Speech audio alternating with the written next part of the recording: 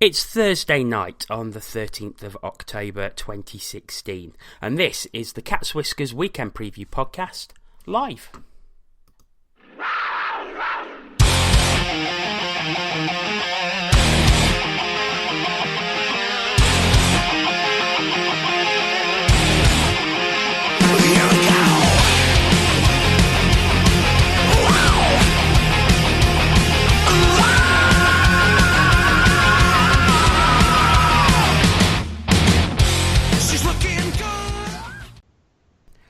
Hello and welcome to another live edition of the Cats Whiskers podcast. My name is Jono Bullard.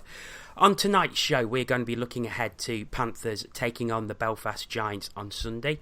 We're also going to be looking at Craig Peacock's DOPS review that warranted no further action, the rest of the Elite League news, and we'll end on the feel-good story with all the charity news that's happening throughout the Elite League at the moment.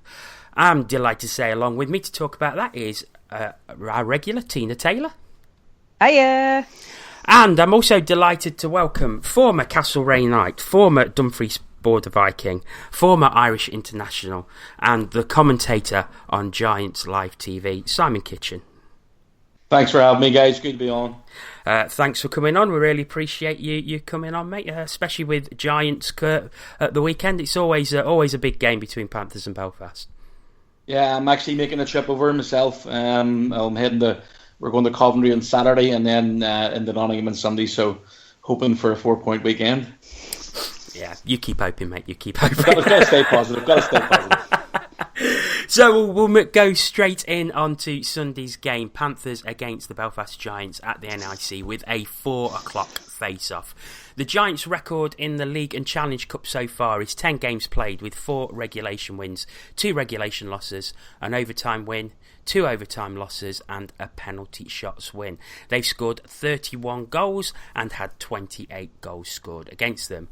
The Nottingham Panthers' record so far is 8 regulation wins, 3 regulation losses and a penalty shot win that came at Manchester last Sunday. Goals for 41, goals against 31. So not a great deal between the sides, and it's the first meeting between the two this season. The last time they met was, of course, in the playoff quarterfinals last season. Simon, how would you assess Belfast's start to the campaign? It's been indifferent is probably the best way of looking at it. I mean, we started off with an away trip to Fife and 5-1, I think it was 5-2 that night. And then we went on a bit of a run where it was 6 games where we won points in every single game. And then last weekend we played against Braehead at home in the Challenge Cup and comprehensively beat them 5-1. Probably the best game we've played all season within 60 minutes. And then all of a sudden go to Sheffield. I watched the webcast on Steelers TV and, for 40 minutes, you couldn't have split the two teams, but get into the third period, Sheffield just overpowered us, and I think we looked a bit tired, to be honest. It's a long day when you're flying out of Belfast first thing in the morning, and then what hotels are like, not being ready until after 2 o'clock, and by that time you're getting ready to go to the game as well. So overall, I think if you had maybe a point or two more, whether it's the Challenge Cup group or the league, I think you'd be happy enough. I mean, Tina, how do you assess the Giants so far this season? Obviously only looking from afar and looking at results, as we haven't actually managed to see them so far. Yeah, I mean, I haven't really paid. I mean, this is going to sound awful, but I haven't really paid much attention to them, and the only reason for that is because we haven't seen them yet. So we're sort of trying to ham up on the Giants team, and they're doing all right. There's they've had some good wins. I mean, Belfast traditionally always put together a well organised team. So generally speaking, I think we kind of know what we're going to be getting. We're going to be getting a team that's going to work hard for 60 minutes, basically, and so we have to match and better that. I mean, historically speaking, we've last 10 games at the NIC against the Giants. We are 6 wins, 3 losses, 1 overtime loss, 27 goals for, 28 against. So we've got the slight edge in terms of wins historically, but I mean there's a few core players that the Giants have retained for a few years. There's obviously, with the nature of the sport, there's your new faces, but I think I'd like to think that we can do something. That we can take the points in our own barn. However, we've had a couple of stinkers. Which you and I have been definitely witness to, Jono, and one last season that really, really stung and got me into a lot of trouble on a Periscope. So they have the ability to hurt us, and they have done. So we have to be very careful. Mm-hmm. Both teams have been affected by injury, so Panthers will have David Clark back, but will still be missing Stephen Schultz, Chris Lawrence and Steve Lee. No news on when they will be returning to the lineup. Giants missing Alex Foster and David Rutherford. So, Simon, do you think that levels the playing field somewhat? I mean, obviously the Panthers will be favourites as being at home, and David Rutherford started off the season really, really well. Mm-hmm. He was our top point scorer going into last weekend. And Alex Foster, he's excellent in the face-off circle and real solid player. But I don't think Alex Foster has got going yet, to be honest. I think he's still maybe a little bit behind fitness-wise as well, because he came into the season with a bit of an injury. But those two guys are, Alex Foster played in the NHL, and he bringing that experience into the lineup as well. It's always positive. But overall, as I say, we've got some really good players this year. Coming in this year is from the back end, you've got Quinnell and Martinelli. Bringing back Jim van der Meer has been huge as well. Derek Walzer, you're going to get with Walzer every week. He's absolute quality. And then at the top end, Chris Higgins, Mike Forney have been joined by Blair Riley, and that line has been exceptional. Every game, they look against Braehead especially, they looked as if they were going to score every shift they got.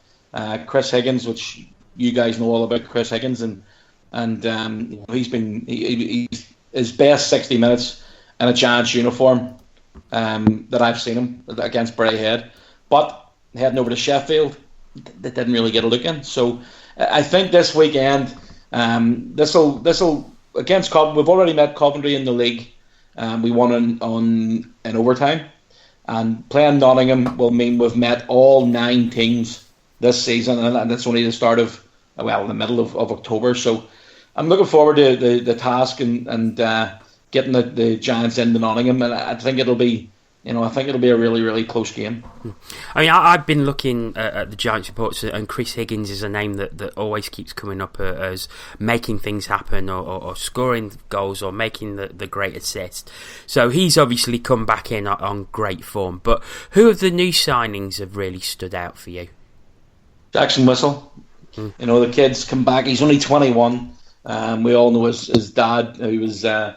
in the first season that the Giants were there and being the head coach and Jackson's come in with an injury. He played just regaining his fitness and form up until the start of this month, and then he got the start against Braehead away, which he won, and then we played Sheffield at the weekend, and alright, it was a 5-1 scoreline. But it wasn't a 5-1 scoreline, if you know what I mean. He certainly, I think he maybe would have wanted one of the goals back that came in, sneaked in like a snail, to be honest. And I think he maybe would have wanted that one back. But Jackson Whistle's definitely stood out for me, as has Ryan Martinelli. Really steady, 6'4", big body on defensive end, and he's done a good job as well. But overall, There's a guy up front, but you'll definitely notice this weekend, Blair Riley. He's come straight out of the EIHL. He played over 300 games in the EIHL, and he's got quality written all over him. He's a real workhorse. He goes out the dirty areas. He does all the. He'll basically play the body and try and get the puck to Forney and Higgins, and hopefully he does that this weekend, both in Coventry and in Nottingham. I mean, Tina, we've been going on about injuries for the past couple of weeks. It's been reported that David Clark will be returning to the lineup on Sunday. That's a big body to come back. Yeah, it's a body that we need as well, because we've been. Another thing we've been banging on about is how you can't replace your Brits, and obviously Steve Lee's been out for an extended period, and that permanently puts Lindhagen on defence. So you've sort of lost a body from the forward lines there, and David Clark looked like he started the season really well. So it was really disappointing to see that he'd already picked up an injury. So I'm really made up that Clark is coming back. It's just a massive shame that we still don't have Chris Lawrence, after his five goal wonder weekend, and then Schultz, obviously. I mean, yeah, he looked like he'd started the season as the Stephen Schultz that started last season, and unfortunately it seems it's already going the same way. So, but yeah, getting David Clark back, big boost. Just need the coaching staff to shuffle the lines around the right way to make sure that everybody's being used effectively. Of course, Panthers bringing in Peter Callister as a much-needed extra body. But Simon, there was talk of Belfast bringing in some reinforcements, and rumours I heard tonight on one of Simsy's periscopes was that you might be looking at Jeff Ulmer, who was recently released by Brayhead. Is there anything more you can add to that? I'm not that close to the organisation, and even if I was, I wouldn't be telling you. I was speaking to Steve Thornton yesterday, and we're obviously with a couple of bodies down. I think he was looking to should maybe add to the lineup if he could. So whether or not he does for this weekend is remains to be seen. But Jeff Ulmer, if you look at his resume or CV, I'll just be trying to get the Americanisms in. If you look what he's done over the years, he's played in the DEL, he's played in Austria.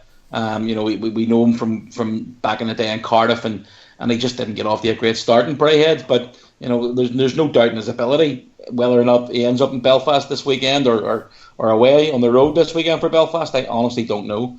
But again, another body coming into the lineup, and at the minute with Foster and Rutherford being out, I think it might be a positive. So what sort of game are we expecting, Tina? I mean, they're usually close games, apart from the 5-1 drubbing that Giants gave us last season that we've already mentioned. I can't really think of a game where there's been a scoreline like that. They tend to be very, very close encounters. Yeah, they do, and it's just the nature of the two teams. I think they, as I said, both teams tend to be well organised, well drilled, good systems, and it's just a matter of who can break who down, and it can take just a little spark or a good hit, and I don't know. It's probably going to be another close game, and that's kind of what I would expect from a Panthers Giants encounter. What do your stats say, Geek Girl? What do my stats say? Well, I mean I've sort of already pointed to the record 6-3 and 1 for the last 10 at the NIC. But I mean the Elite Prospects were tweeting. Courtesy of the Elite League Statos, the special teams today, and I don't know if that's where we may actually get the edge, because at home the Giants have been vastly superior on their own special teams as to away. So I'm not not saying that our power play is anything to scream about, because sometimes it can be really frustrating watch. One thing that I will say for on the Panther side of things, our penalty killers look absolutely fantastic. So I think if the edge is going to come anywhere, it's possibly going to come down to special teams. I mean, Simon, do you see any rough stuff between Brian McGrattan and Matt Nickerson? I mean, has Matt Nickerson fought yet this season? He hasn't really. He has. He's been in one so far, but I love that rough stuff, and I know there's talk about it going out of our game, and I hope it doesn't. I love a big hit and I love a good scrap. And I mean, I watched a video last week of Nielsen and McGrattan going at it, and two big bodies, firing big punches. And this weekend, you know what? If it needs to be done, Matt Nickerson won't go hiding. Neither will, you've got Adam Keefe. You've got, we've got a guy an awful lot about, Jonathan Boxley. He's a couple of fighting majors this season as well. And Boxley is he's becoming a bit of a heavyweight around Belfast at the minute. But I mean, again, we've got Jim van der Meer, who can I certainly wouldn't want to get into a dark alley with, because in pre-season played Fishtown Penguins, and there was a bad hit on David Rutherford, and big Jim van der Meer just he did at the start, he didn't look as if he wanted to hit the kid, who sort of stood up to stand up to him and have a scrap, but he literally pummeled him. The guy skated off the ice and straight to the penalty box, and then he had to come out of the penalty box because he was not much of a daze. But it didn't do Jim any good, because he hurt his knuckles and caught the Fishtown Penguin quite a few times in the back of the head. But again, if there's going to be rough stuff, yeah, I'd like to see that. With regards to the game itself, I do think it's going to be a really tight game, maybe even overtime or penalty shots. But again, I'd be happy if you give me a point now. I would take it. Yeah. So as I said, the game will take place at the NIC with a 4 p.m. face-off on Sunday. I believe tickets are going well, but they are still available. Talking to Brian McGrattan, he was featured in an article today by the NHL's Calgary Flames. McGrattan, of course, being a former Flame. It was all about his move to Nottingham. And Simon, not only great publicity for the Panthers, but great publicity for the league as well. It is, these guys coming over out of the North America, and it's a big deal. A lot of people, they know about hockey in Britain, but it's certainly, if it's publicity for the Elite League, sometimes the Elite League don't help themselves regarding publicity. But you've a player of Brian McGrattan's standard. He's played at the highest level. You've got Jim van der Meer there as well. You've other guys throughout the league.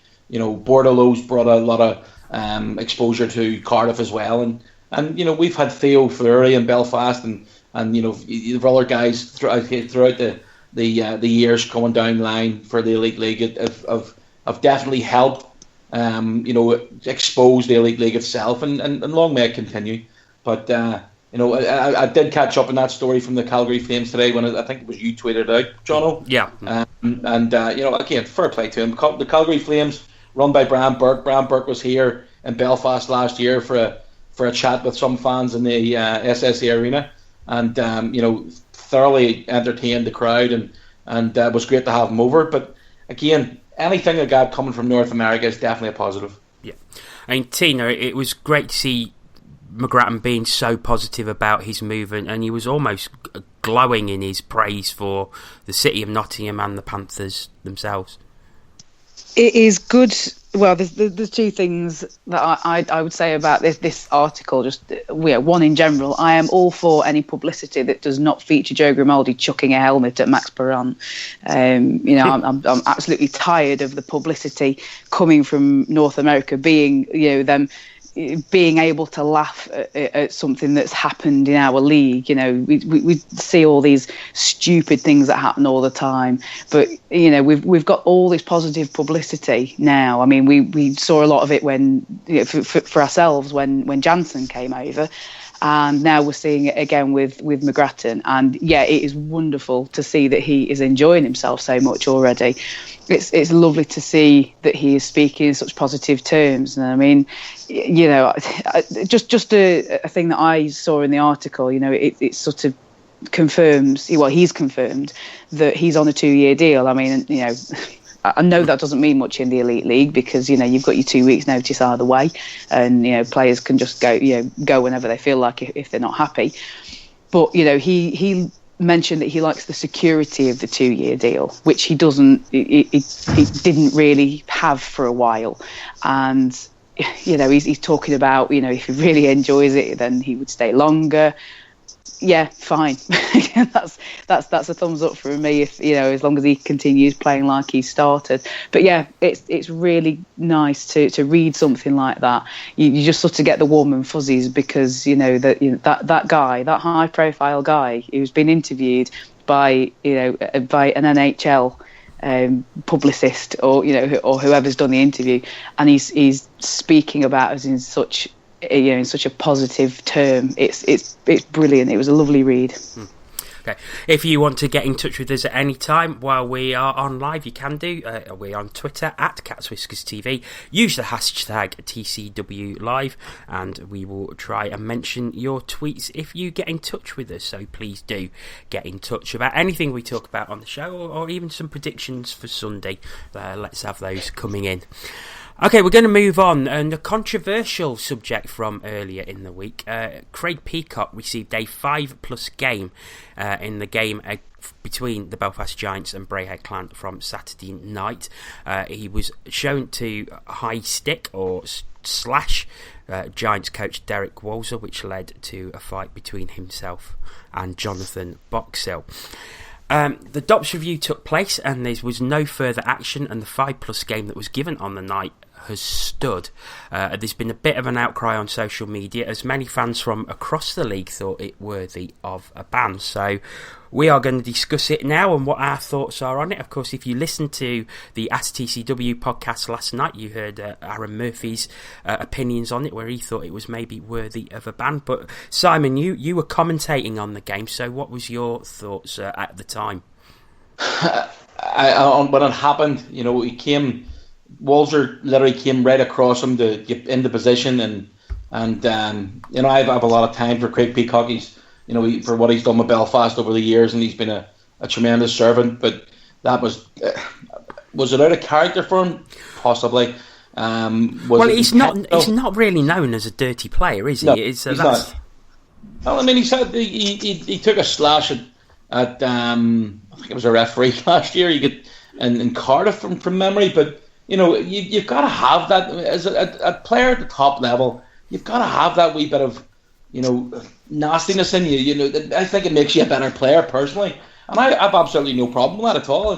And as I say, Craig Peacock, real top lad.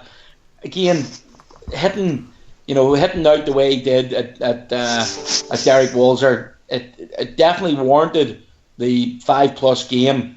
But how, I know it was obviously put in the referee's report. What was put in the referee's report, I don't know, but that was definitely played from. I've seen that mentioned on the DOPS review yesterday, and I think from memory it's the first time I've actually seen the referee's report being brought into it. And for me, it was a ban. It was definitely at least a 1-game ban. But the incident happening right in front of you, and the camera angle for with everybody else seeing the video from isn't fantastic. I'll give them that, but for me it was intentional. For me it was a deliberate attempt to injure.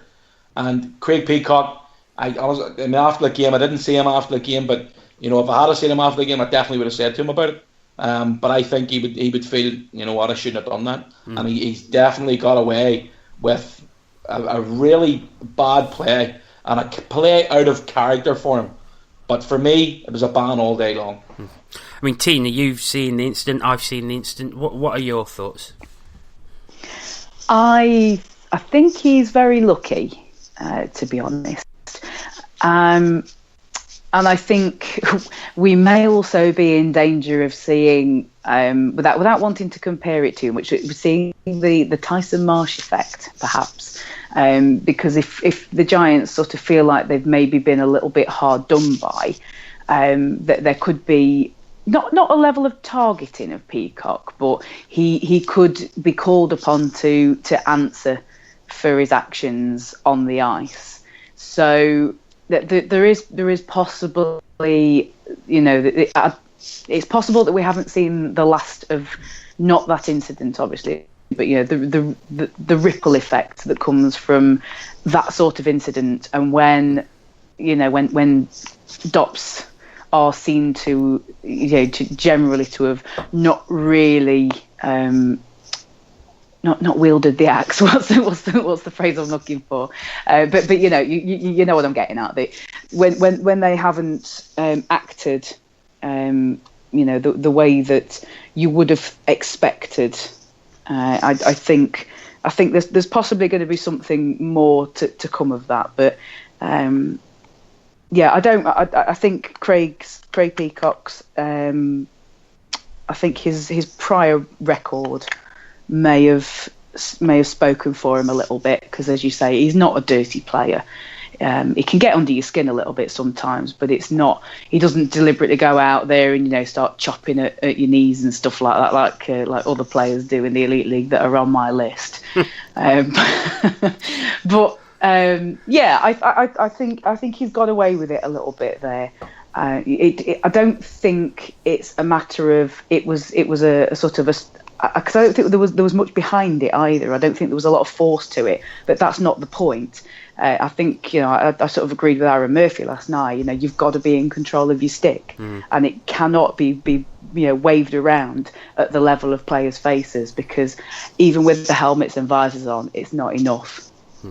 I mean, I'm with you. I think 1 or 2 games would have been worthy of that. No, it wasn't hard, but again, it's being in control of your stick, and it was aimed at Derek Walters next. It could have been a very dangerous play. I mean, thankfully, Derek Walters. Dono, I think just touching on. Sorry for jumping in. No, that's fine.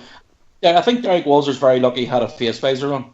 There's been a lot being said about player safety and Dobbs, protecting that. But I met a Giants fan today in a shopping centre in Belfast. And it's the way he put it to me was, a blind man on a galloping horse could have seen that was a ban. And how Simon Kirkham hasn't seen that and that incident, and as being a referee at the top level in British hockey for a lot of years, is beyond me, to be honest. And again, I think Craig Peacock is, I think he's very, very, very lucky that has not escalated in the ban. With regards to is there something else going to come from that the next time the Giants play Braehead? Possibly. Players have long memories, but Jonathan Boxall stood up at the time. It could be all done and dusted. You know what I mean? And I don't think Derek Walser, he's played at the top level of hockey in the EIHL, and I don't think he's the type of player to basically bear a grudge against a guy who took a swing at him. He's more finesse and skating ability and just concentrating on the play. And again, hockey players have a long memory. If something happens, but I don't see it. I think it's been dealt with from Jonathan Boxall stepping in and standing up for his player coach. In other Elite League news, Kyle Haynes has re-signed with the Five Flyers after asking to be released from his contract with Chamonix-Morzine in France, where he only played 7 games. The defenceman played 162 games for Fife over 3 seasons between 2013-14 and 2015-16, scoring 30 goals with 61 assists for 91 points and 165 penalty minutes. I mean, Simon, Fife have been going along with a shortened bench because they had a player who didn't turn up.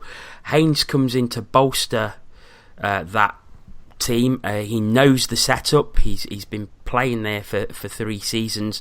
Fife have become stronger, and we know that they are a strong side, having beaten yourselves and beaten the Panthers this season already. Yeah, I really like their goalie. He got Elite League Player of the Week this week, and back-to-back shutouts last weekend. I like Kyle Haynes. I thought he was a really good player when he was here, and I was surprised to see him go, to be honest. And there's some really good players in Fife, and Phil Paquette on the back end as well, is a quality player. You've got Ryan Dingle up front, Justin Fox. Some real good players. They've been about European hockey for a while. They're used to the big ice, and I was impressed with them when they came to Belfast, and we beat them in Belfast, and they beat us in Fife. But I think Fife could be a really, real big surprise package this year. Yeah, I mean, Tina, we've spoken about Fife on previous podcasts already this season, and for me, I think they look real dark horses. They do. They just need to be consistent with it. They need to sustain it, and like Simon's just said, the goalie Shane Owen, got Player of the Week, rightly so. I mean, it wasn't just that he got 2 shutouts. He got two shutouts, having faced 41 shots in each game. That's pretty good, to be honest. I mean, obviously, I can't speak for the quality of the shots, but still, facing 41 shots per game and coming out with 2 shutouts is pretty impressive in my book. So they've built from the back, brought Haynes in because of a player not able to join them because of a denied visa, I think it was, wasn't it? Yeah. They have the potential, but they need to sustain it, and I think that's the key thing. And Fife and Edinburgh both seem to be guilty of the same thing. They can start well, but whether or not they can finish as well as they started, that's the key for them, really, I think. We're going to finish by looking at some of the charity causes that are going on throughout the Elite League at the moment. And tonight it was announced for the Adam Calder appeal, which will also be split with the Scots Matsker appeal in Cardiff. It is being run by the Adam Calder appeal, so at hashtag 25 support 25 on Twitter. It's a special auction lot of Ryan Finnerty's 2008-2009 double winning ring, which he won with the Sheffield Steelers. Now, it was supposed to be going live, the auction, at 9 o'clock tomorrow morning. It has already gone live, and the bid at the moment already stands at £850. Now, like I say, that will be split between the two causes at the moment. But Simon, what a gesture by Ryan Finnerty. Yeah, it's fantastic. The hockey community in the UK is phenomenal. We've felt it in Belfast about 18, well, nearly 2 years ago now, and Tom Simpson was, showing a lot of money was raised for him from throughout the league, and he managed to get over to England. His family helped they have a marrow transport and transplant, and he's recently come back to Belfast and looking a completely different person.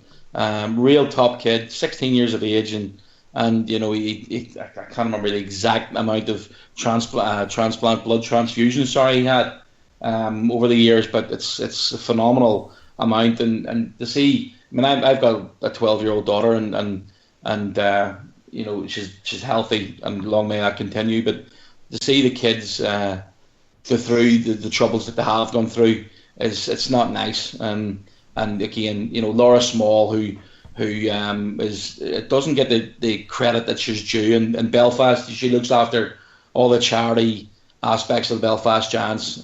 She's also the sales or the manager for the equipment cookery, who supply all the jerseys as well. But Laura does a fantastic job. There's different kids who come down to the locker room every single week, that there's a home game and training, and she makes sure that all the players are out to sign autographs and get photographs with them, and to see the smiles in their faces is just fantastic.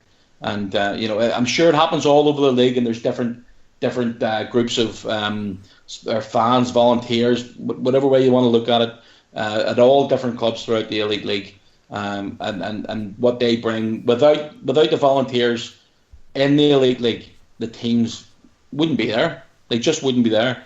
It's fantastic what these guys put into it, and long may it continue. And Tina, talking of the Scott Matsker appeal, Panthers showed their support this week by wearing the special My Turn T-shirts, and had a team photo in the locker room with all wearing their T-shirts. They donated a box for the Adam Calder auction. Let's face it, the Panthers get much maligned at times, and we've often criticised them, but they deserve an awful lot of credit for actually, going ahead and backing both these causes. Definitely. It's the family, isn't it? Everybody gets involved, pitches in. It's really great to see the support that everybody just rallies round.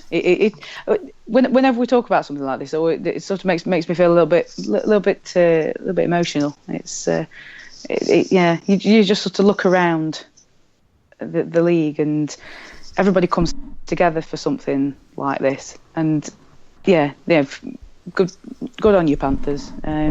It's good to see them getting involved. Yeah, absolutely. Then last Sunday night, the Sheffield Steelers made 8-year-old Belfast Giants fan Blake McCaughey a VIP guest at their home game against the Giants. Blake has a rare genetic condition, which means that he has to be fed through a tube. And a fundraising campaign, I think it was a year or two ago, was successful in getting him a brand new lightweight wheelchair. I mean, Simon, you know all about this, so just fill us in on this story. Yeah, I mean, Blake's such a great kid. Himself and his little sister Pixie. The family met Adam Keefe in a restaurant last year, and got talking to him, and Adam invited him to come down and meet the team at a game, and things literally spiraled from there. He literally is a Giants fan. He gets so much happiness from watching the game and meeting the guys at the locker room and after the games, and becoming the special part of the family life and something they really love to get together. He's a real warrior. The kid's been through so much. You've already said, he can't eat food and he can't drink anything, and I know he's been poorly the last few days. He's lost about 5 pounds this week, which for him is can be real problems. And it started out with Blake. He had pneumonia, and then his lungs, or there was a problem with his lungs, and it was due to complications with that Blake has to rely on being fed by tube only, and that'll be that's forever. That's not going to change, unfortunately. And he had a leaking heart valve which required surgery in London, and that's going to have to be done in the next 6 months as well. But he's just a real lovely kid. The whole family, his mum and dad, and his godfather as well, and are great people, and it's great. Every time my little girl Jasmine loves him to bits. Every time she sees him, she's running over to him and high five and getting the hugs in as well. But it's definitely, Tina's just mentioned it there now. It does bring a lump to your throat, and you just don't know how lucky you are sometimes having healthy kids, but young Blake, he's just a real top lad. But I touched on Laura Small a few minutes ago. I was talking to Laura after the Sheffield weekend. She said that Sheffield Steelers were unbelievable. Said they treated them like royalty. From the players, the management, the arena staff, was very, very special, and gave the family unbelievable memories. And for them to do that, the Sheffield Steelers, don't get me wrong, I have no love for the Sheffield Steelers. And I'm sure you guys the same. But for them to come out and make Blake the guest of honour, Jonathan Phillips took him out to the middle of the ice. He got a standing ovation. He absolutely loved it, and obviously to get his photograph with Jonathan Phillips and his best mate Adam Keefe, was a big deal as well. But you couldn't thank the Steelers high enough from the Kaki family and Laura Small and everybody involved with Belfast Giants. And Tina, these fantastic stories are just going on all the time. They are, yeah. There's constant support for things like this. It can be right down to one person running a 10K. They're just you just see the retweets all over the place. It comes from the players as well. They're big supporters of other people's causes. The fans' causes as well.